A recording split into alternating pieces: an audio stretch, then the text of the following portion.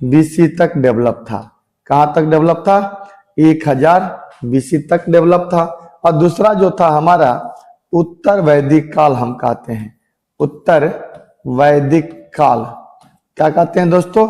उत्तर वैदिक काल की श्रेणी कहते हैं।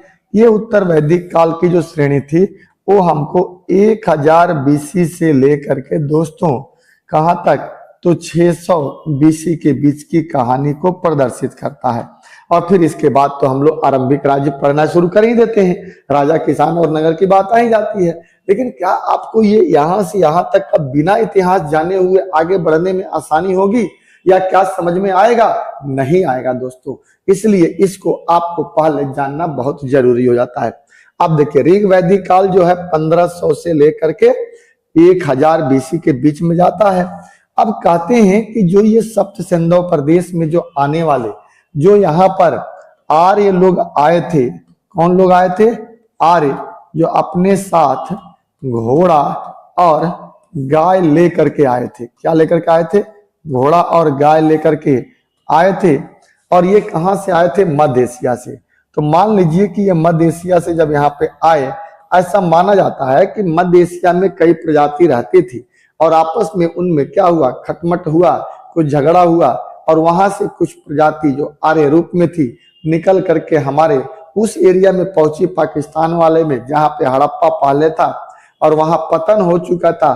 तो जमीन भी उपजाऊ थी, मिट्टी भी उपजाऊ थी, समुद्र नदियों का क्षेत्र भी था, सब कुछ वहां उपलब्ध था। तो आर्य वहीं पे आकर के बसना शुरू हो गए। तो कहते हैं कि सबसे पहले एक परिवार के रूप में चीजों का विकास होता है। फिर परिवार से क्या बनता है? ग्राम बन जाता है। और फिर इसी ग्राम से क्या बनता है? तो विष बन जाता है। और इसी विष से क्या बन जाता है? तो जन बन जाता है। और इसी जन से दोस्तों क्या बन जाता है? तो जनपद का निर्माण होता है। और यही जनपद महाजनपद में बदल जाता है। तो ये लोग जब मध्य एशिया से आए थे तो आ करके सप्त सिंधु प्रदेश में रह गए। तो इनकी अगर हम सीमाओं की बात करें तो हमारे ऋग्वेद, यहाँ पर क्या लिखा गया था? यहाँ पर केवल एक ही वेद लिखा गया था दोस्तों, जिसे हम ऋग्वेद की संज्ञा देते हैं। ऋग्वेद की संज्ञा देते हैं। और इस ऋग्वेद में देवताओं के मंत्रों की बात की गई है, यानी देवताओं को समर्पित किया गया है यह ऋग्वेद। अब आता है दोस्तों की 15 यहाँ